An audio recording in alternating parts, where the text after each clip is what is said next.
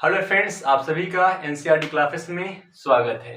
तो आज हम लोग क्लास 10 के साइंस के चैप्टर नंबर 1 की शुरुआत करेंगे। जैसे कि हम लोग इसके पहले वीडियो में पाठ्यक्रम के बारे में चर्चा किए थे कि साइंस की क्लास 10 में कि क्या-क्या चैप्टर, कौन सा पाठ हमें पढ़ना है। तो हम सब कुछ बातें डिस्कशन कर चुके थे कि आखिर में ओल्ड वाले में साइंस में क्या पढ़ना था और न्यू में क्या है, सब कुछ बातें हम लोग पिछले इसके वीडियो में कर चुके हैं। तो आज हम लोग चैप्टर नंबर फर्स्ट कक्षा 10 की साइंस की शुरुआत करेंगे, ठीक है ना। बता दें आपको, जो यहाँ पे साइंस एक तरह से जो हम लोग एक पढ़ाएंगे वो बाइलिंगुअल पढ़ाएंगे, मतलब जिसमें हमारा एक हिंदी और इंग्लिश थोड़ा इन्वॉल्व रहेगा, ठीक है। तो अभी सभी लोग देखिएगा और बाकी हम लोग चैप्टर शुरुआत करेंगे आज। रासायनिक अभिक्रियाएं एवं समीकरणें, मतलब केमिकल रिएक्शंस एंड इक्वेशंस। तो बता दें कि इसमें चैप्टर के नाम से स्पष्ट है, रासायनिक अभिक्रियाएं एवं समीकरणें। तो जाहिर सी बात है जो इसमें बात होगा हमारा वो रासायनिक अभिक्रिया, मैक्सिमम रासायनिक अभिक्रिया के ही बारे में पढ़ेंगे कि रासायनिक अभिक्रिया में क्या होता है, रासायनिक अभिक्रियाएं कितने प्रकार की होती हैं, इसमें अभिकारक क्या होता है, उत्पाद क्या होता है, उत्प्रेरक क्या होता है, अभिकारक में कौन कौन सी अवस्थाएं होती हैं और उत्पाद में कौन सी अवस्थाएं होती हैं, कितने अभिक्रिया प्रकार के होता है। जैसे हमारा उष्माक्षेपी होता है, उष्माशोषी होता है, अवशोषण अभिक्रिया होती है, विस्थापन अभिक्रिया होती है, संयोजन अभिक्रिया। मतलब कहने का मतलब पूरा हमारा यही है, इसमें हम पूरी तरह से अभिक्रियाओं के बारे में पढ़ेंगे, ठीक है ना। चैप्टर का नाम तो यही है ना, रासायनिक अभिक्रियाएं एवं समीकरण, ठीक। सब कुछ चर्चा करेंगे हम लोग इसी चैप्टर में, ठीक है।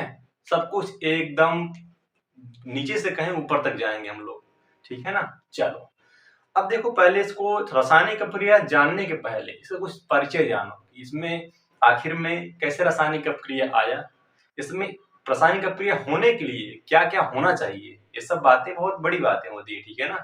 सबसे पहले इसका हम परिचय के बारे में जानेंगे। चलो तो हम शुरुआत करते हैं परिचय से, किसके, रासायनिक अभिक्रियाओं समीकरणों। देखो अगर हम परिचय की बात करें, परिचय परिचय को इंग्लिश में बोला जाता है इंट्रोडक्शन, इंट्रोडक्शन, इंट्रोडक्शन। चलो अब देखो ध्यान से सभी लोग, परिचय में क्या क्या जानेंगे। देखो परिचय हमारा यही है कि जो हमारा एक ब्रह्मांड बना है, अगर हम बोले यूनिवर्स, जो हमारा ब्रह्मांड बना है, यह हमारा द्रव्य और ऊर्जा, किससे भाई, द्रव्य मैटर, ऊर्जा एनर्जी, यही दोनों से मिलकर हमारा ब्रह्मांड बना है, ठीक है ना। अब इतनी बात समझ में आ गया होगा। चलो एक बार हम थोड़ा लिखते हैं, ठीक। देखो अगर हम लोग यहाँ पे बात करें ब्रह्मांड, ठीक, तो ब्रह्मांड जो है, ब्रह्मांड को इंग्लिश में बोला जाता है यूनिवर्स। क्या बोला जाता है, यूनिवर्स। तो जो हमारा ब्रह्मांड है यह हमारा द्रव्य और ऊर्जा, द्रव्य और ऊर्जा, द्रव्य और ऊर्जा से मिलकर हमारा बना है।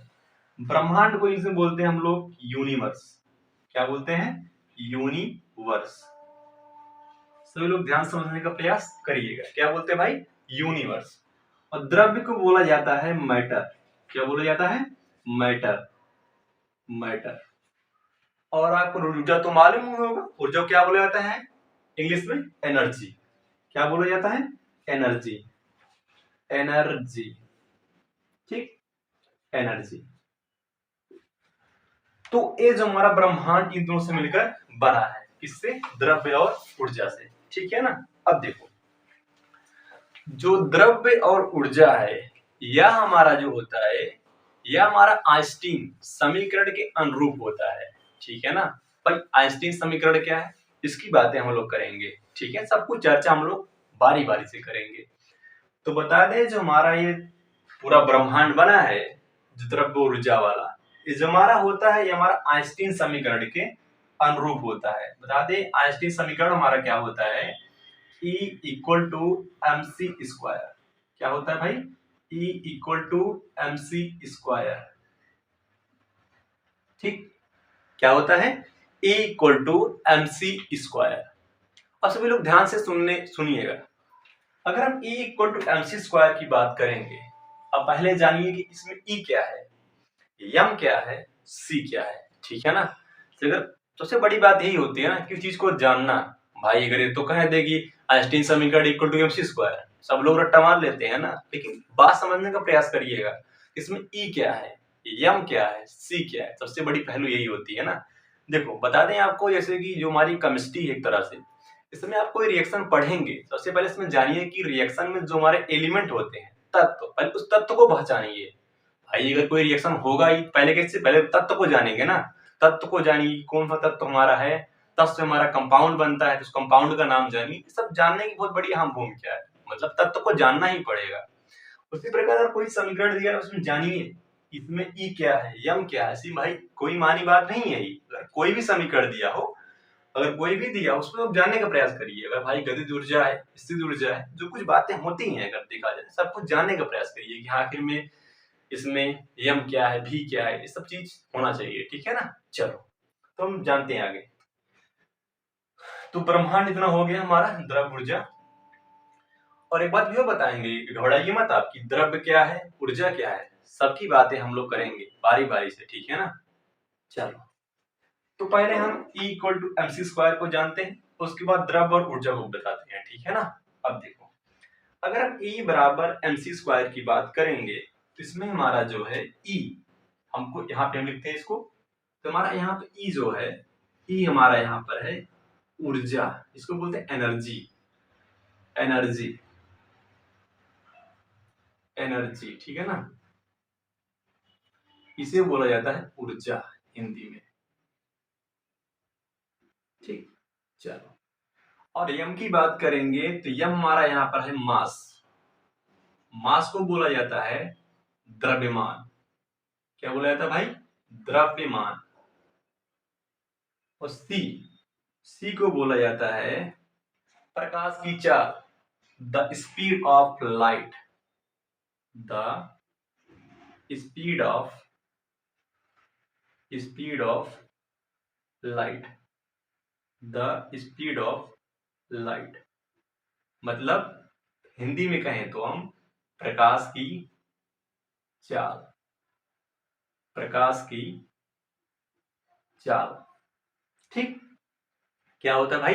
प्रकाश की चाल। यहां पर सी क्या मतलब होता है। ठीक है, चलो इतनी बातें आपको समझ में आ गई होगी ना। E बराबर mc स्क्वायर में ये सब चीज था, ये सब चीज लिखा गया है। ठीक, अब देखो, जो यहाँ पर ऊर्जा दिया गया है, द्रव्यमान दिया गया है और प्रकाश का चाल दिया है, सबका कोई न कोई मात्रक होगा।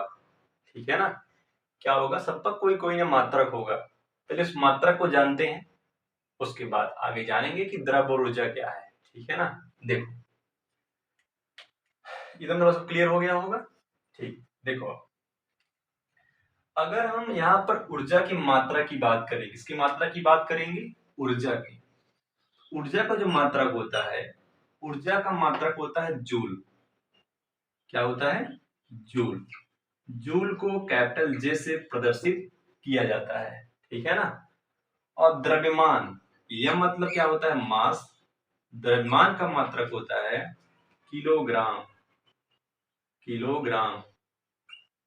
किलोग्राम को लिखा जाता है केजी से। किससे लिखा जाता है? केजी से। केजी मतलब क्या होगा? किलोग्राम। और यहाँ पे जो हमारा द स्पीड ऑफ लाइट है, इसका मात्रक हमारा होता है मीटर प्रति सेकेंड। मीटर प्रति सेकेंड।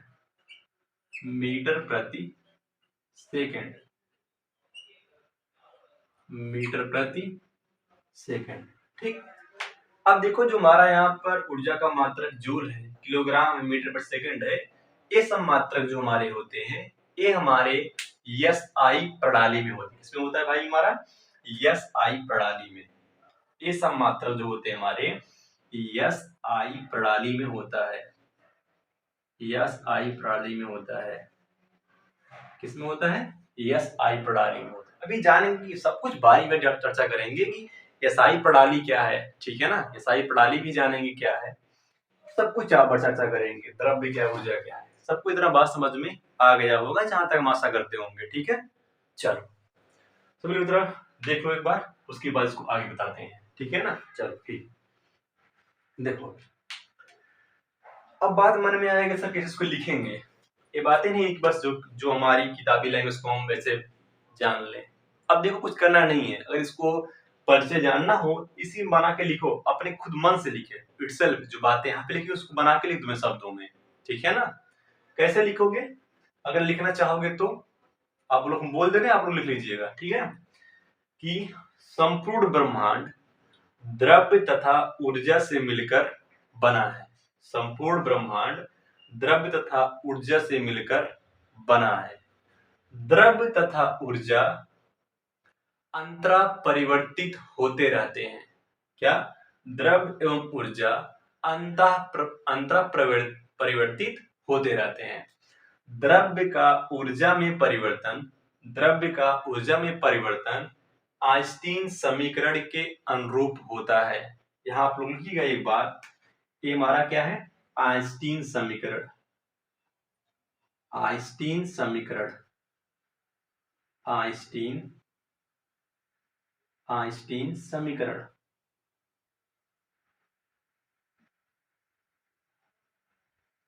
आइंस्टीन समीकरण फिर से एक बार हम बोलते हैं, संपूर्ण ब्रह्मांड द्रव्य तथा ऊर्जा से मिलकर बना है।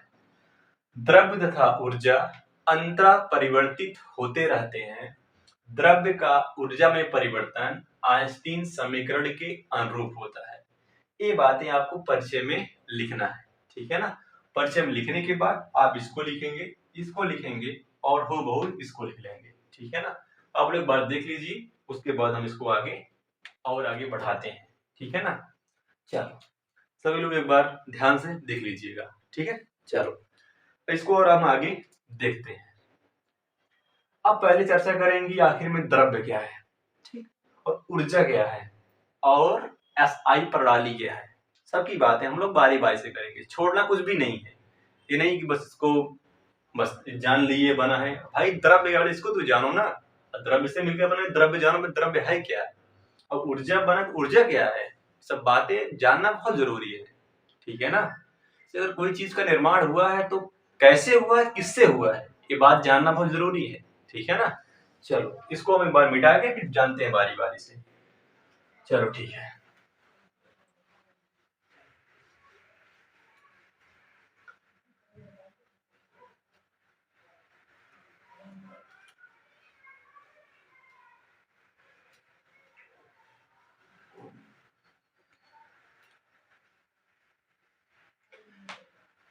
सभी लोग ध्यान से देखिएगा।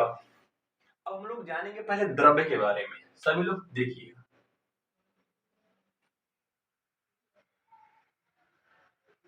द्रव्य, द्रव्य को बोला जाता है इंग्लिश में मैटर।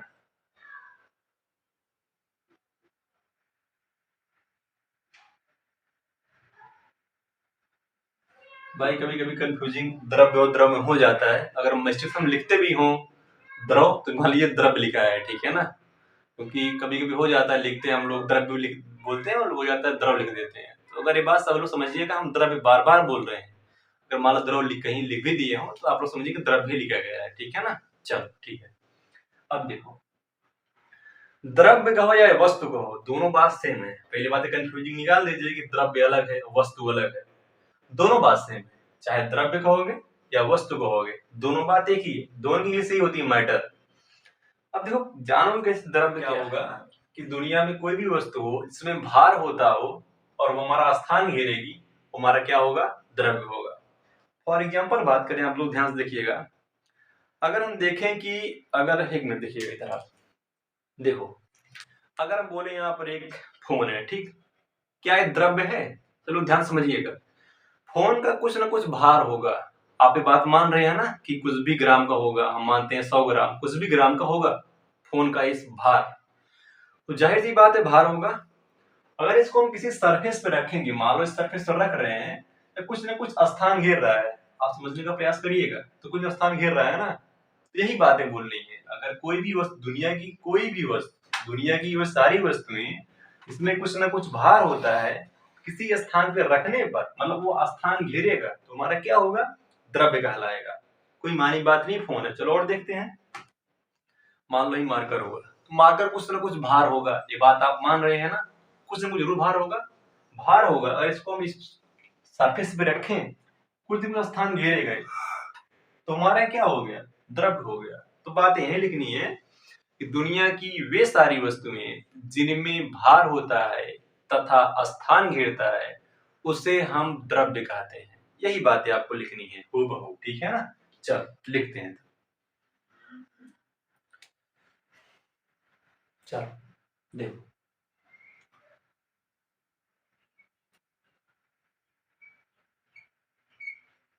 दुनिया की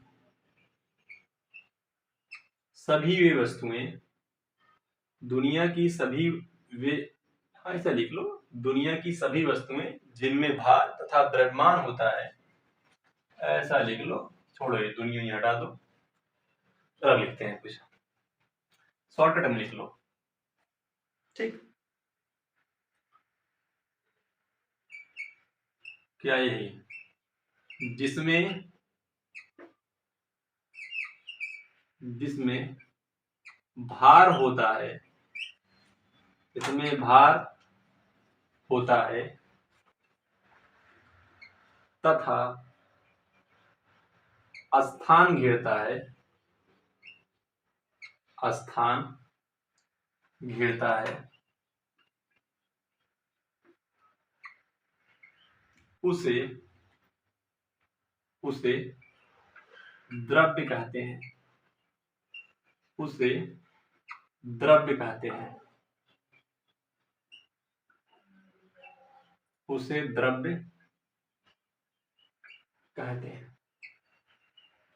सिंपल सी बात, ठीक। क्या माथा पच्ची करना है, चलिए तो बस, जिसमें भार होता है तथा स्थान घेरता है, उसे द्रव्य कहते हैं, द्रव्य या वस्तु कहते हैं, ठीक। अब देखो अगली बात हमारी है ऊर्जा की। ऊर्जा क्या है, इसको जानिए आप। ऊर्जा को इंग्लिश में बोला जाता है एनर्जी। क्या बोला जाता है, एनर्जी। ऊर्जा, ऊर्जा को बोला जाता है एनर्जी, एनर्जी, ठीक। अब देखो क्या होता है ऊर्जा। ऊर्जा हमारा होता है कार्य करने की क्षमता। क्या होता है, कार्य करने की क्षमता, ठीक। Capacity of work. सिंपल से जान लीजिए कि कार्य करने की क्षमता जो होती है वही हमारा क्या होता है, ऊर्जा। तो ऐसा भी लिख सकते हैं कि कार्य करने की क्षमता को ऊर्जा कहा जाता है। सिंपल सी बात में यही जान लीजिए आप लोग, क्या होता है, कार्य करने की क्षमता, कार्य करने की क्षमता,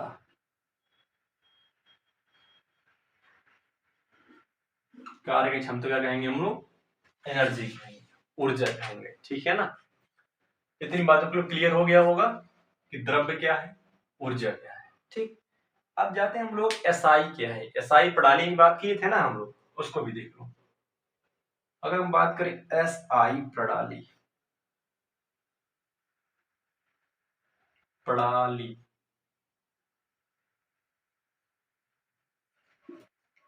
देखो एसआई प्रणाली के बारे में जानते हैं, ठीक है ना। तो एसआई प्रणाली देखो, एसआई प्रणाली का मतलब होता है यहाँ पर इंटरनेशनल, इंटरनेशनल,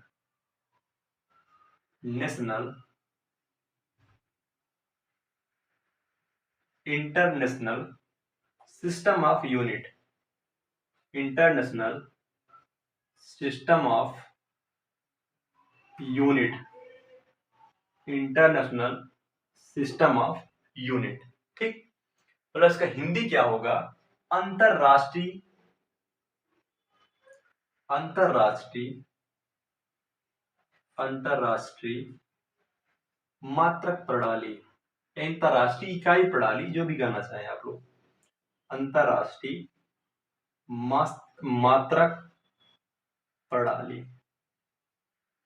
देखो अंतरराष्ट्रीय मात्रा प्रणाली इसी को संक्षेप में क्या बोला जाता है? एसआई प्रणाली। आप बात जानने का प्रयास करिएगा।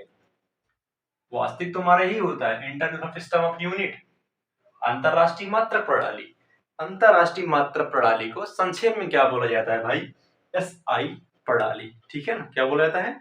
एसआई प्रणाली। ठीक है ना, इसमें होता है हमारा एक राशि है उसको मात्रक लिखा जाता है। ठीक है ना, जैसे हम बोले बल का न्यूटन होता है, द्रव्यमान का किलोग्राम होता है, ये सब लिखा जाता है। ठीक है ना, इतनी बातें हमारी थी। तो हम लोग ब्रह्मांड के बारे में जान चुके, मतलब परिचय के बारे में इसके पूरे हम लोग जान चुके, चैप्टर के परिचय में। ठीक, आपको बात यहाँ तक समझ में आ गया होगा और इसको और आगे हम देखते हैं। ठीक है ना, चलो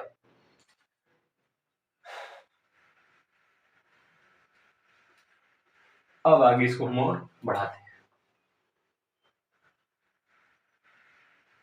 ठीक, देखो अब आपको बता दें कि जो हमारा द्रव्य होता है, द्रव्य में जो होता है परिवर्तन, द्रव्य में परिवर्तन दो टाइप से होता है। एक हमारा होता है रासायनिक परिवर्तन, एक हमारा होता है भौतिक परिवर्तन। आप इसमें एक लाइन और लिखिएगा, द्रव्य में होने वाला परिवर्तन दो प्रकार का होता है। द्रव्य में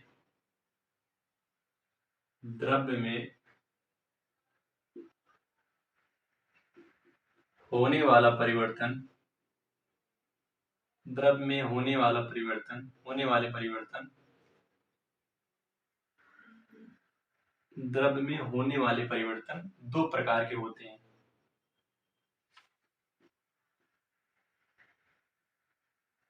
परिवर्तन दो प्रकार के होते हैं, दो प्रकार के होते हैं।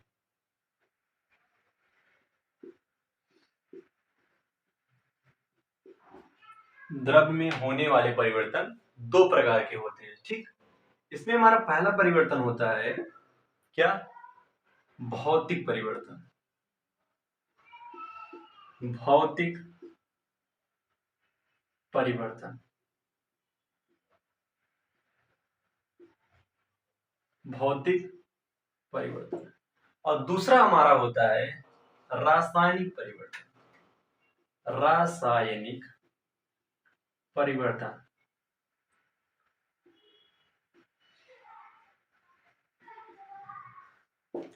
भौतिक परिवर्तन को बोला जाता है फिजिकल चेंजेस। क्या बोला जाता है भाई? Physical changes. Physical changes. और इसको बोला जाता है केमिकल चेंजेस। केमिकल चेंजेस क्या होता है? Chemical changes. ठीक, द्रव्य में होने वाले परिवर्तन दो प्रकार के होते हैं, भौतिक परिवर्तन, रासायनिक परिवर्तन। ठीक है ना, चलो तो आज सेशन हम लोग यहीं पे रखेंगे। बाकी हम लोग अगले क्लास में जानेंगे कि भौतिक परिवर्तन क्या है, रासायनिक परिवर्तन क्या है। सभी लोग आज इतना पढ़िएगा, बाकी हम लोग अगले वीडियो में इसको बात करेंगे। भौतिक परिवर्तन, रासायनिक परिवर्तन, रासायनिक क्रियाएं क्या होती हैं, सब कुछ चर्चा हम लोग बारी बारी से करेंगे। तो इसके बाद अगर एनसीईआरटी बुक हो, सभी लोग एनसीईआरटी बुक को देखिएगा, अच्छी तरह से पढ़िएगा और इसको भी देखिएगा और देखिएगा, आपको बहुत बेटर फील होगा पढ़ने में। ठीक है ना, और किसी कोई दिक्कत हो सभी लोग कमेंट बॉक्स में बताने का प्रयास करिएगा, और नहीं तो एनसीईआरटी किस पे, टेलीग्राम पे कोई दिक्कत हो तो बताने का प्रयास करिएगा। और क्लास कैसी लगी सभी लोग कमेंट बॉक्स में बताइएगा। मिलते हैं अगले सेशन में, तब तक के लिए शुक्रिया, धन्यवाद।